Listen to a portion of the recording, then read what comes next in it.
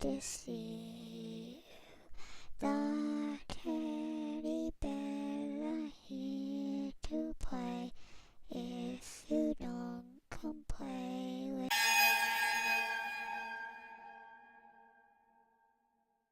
Welcome to Frightened Female. This is Crystal. Today's story was submitted to me by Trent265. It's quite a chilling one, so thank you so much for sharing. And with that, let's begin.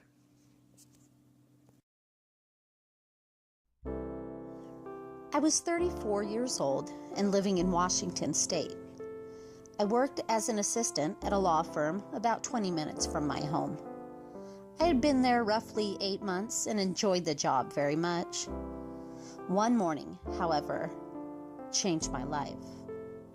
About 10 minutes into my commute to work, I was struck, full speed, at an intersection by a distracted driver that had ran the red light. They hit me on my driver's side, and to my unfortunate mistake, I wasn't wearing my seatbelt, which I greatly regret, since my body was flung and smashed to the other side of the vehicle, causing serious cranial injuries that were life-threatening. And it seemed like an eternity before the police and ambulances showed up on the scene. But when they did, I was whisked right away to the nearest city hospital. I was bleeding pretty severely, and my head was pounding so violently that I was drifting in and out of consciousness, even forgetting my own name. Then, all of a sudden, doctors later explained to me that I slipped instantly into a deep coma, one, of course, which I have no memory of. All the while I was asleep, my family and friends were by my bedside in rotation, watching as I breathed through tubes and lie motionless. It had been close to a week that I was out cold, and the medical staff tried to ease my family's sadness and great worry. It wasn't looking all too promising. And then suddenly, a miracle occurred that evening in room 38C. I had finally opened my eyes. I was extremely dazed and confused, not sure of where I was or why I was there. But within minutes, a nurse walked in and saw me twiddle my fingers. She shouted for the doctors. "He's responsive!" The room quickly filled with assistants as I was trying to absorb what was happening. Then, the instant the surgical doctor entered the room, I saw something petrifying that I still to this day cannot explain. I closed my eyes, and the vision of a middle-aged Asian woman with blood on her face was screaming out to me. I had no idea who she was, or why I was even getting images of her in my head. But it was very heavy, and I felt this overwhelming sense to say something. The doctor was now hovering over me and shining a light in my eyes. I grabbed him by the coat collar, and I said, "Go home. Go home now." The doctor stepped back, and I remember him mumbling to the other staff that this is common behavior after being under for a coma patient for so long. I'd closed my eyes once more and saw the woman's face again, this time larger and louder. I shouted, "Go home, doctor. Your wife. You need to go now."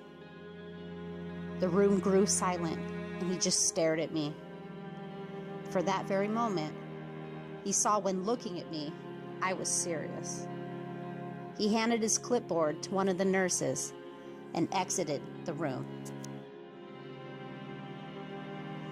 About 3 days went by. I was slowly coming around and still in the hospital bed, but feeling better. I was able to hold down soft food and interpret things that were being told to me, that I was in an accident and the details of my injuries and the coma that followed. I was just happy to be alive. Later that evening, the room was empty, and then all of a sudden, the curtain pulled back, and there was that doctor. He closed the curtain behind him and pulled up a chair to my bedside. He seemed speechless at first, but surprised me when he softly said, "I really want to thank you from the bottom of my heart, sir." I was at a loss for words and I didn't understand. He continued on. "You know the other day when you told me to go home to my wife?" Of course I had remembered. I was stunned by what he said next. "When I was approaching my house on the street, I saw a dark-skinned man walking up the sidewalk, beginning to cut up across my front lawn to our front door. I sped into the driveway and I hopped out, leaving the car still running, and as soon as the man saw me, he ran like a bat out of hell down the way he came from. I ran quickly inside to my wife, who was sitting in the front room right by the window." He further explained that he instantly made sure all the doors were locked and that he stayed by her side for the rest of the night, not completing his shift. In the morning, while fixing her breakfast, his wife had turned on the daily news, and the top story was a break-in homicide that had occurred around 11:30 p.m. the night before, and this was just 2 blocks over from where the doctor had lived. The elderly woman was stabbed over 10 times.